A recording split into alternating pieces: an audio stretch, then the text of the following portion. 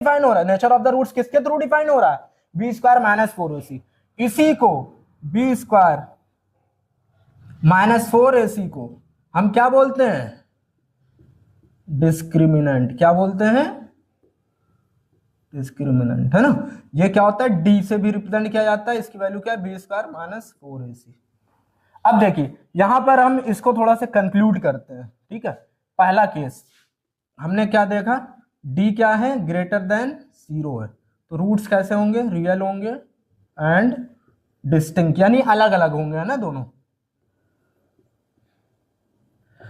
दूसरी चीज यहां क्या हो जाएगा, डी इक्वल टू 0 हो जाएगा, तो क्या हो जाएगा, रियल एंड इक्वल रूट्स।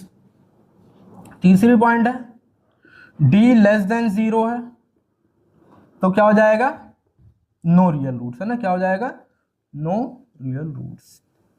अब सुनिए,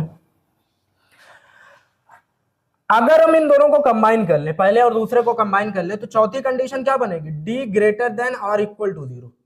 भाई डी ग्रेटर देन और इक्वल टू 0 में क्या होगा, रूट्स रियल बोल सकते हैं, रियल रूट्स। देखिए बोल क्यों नहीं सकते, देखिए ग्रेटर देन होगा तब भी रियल है, इक्वल टू है तब भी रियल है, ठीक है, इक्वल टू है तो तब भी रियल है, क्योंकि देखिए सॉल्व होने के बाद ये क्या हो जा रहा है, ये 0 हो जा रहा है, तो माइनस बी बाई टू है, माइनस बी बाई टू है, रियल है, ठीक।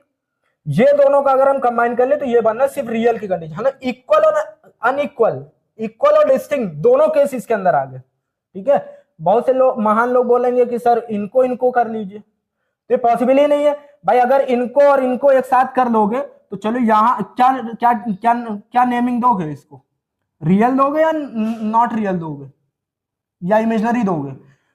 भाई एट अ टाइम एक ही डील हो रहा है, ये दो एक साथ नहीं डील हो पाएगा, क्योंकि लेस देन और इक्वल टू लगाओगे, अगर लेस देन है तो नॉट नो रियल रूट्स, और अगर इक्वल टू 0 है तो रियल है, तो ये दोनों नहीं कंबाइन हो सकता। ये वाली कंडीशन अक्सर पूछी जाती है, सिर्फ रियल बोल देगा तो कंडीशन में ग्रेटर देन और इक्वल टू लगाना पड़ता, अगर बोल दिया रियल एंड डिस्टिंक्ट तब only greater than sign use होगा।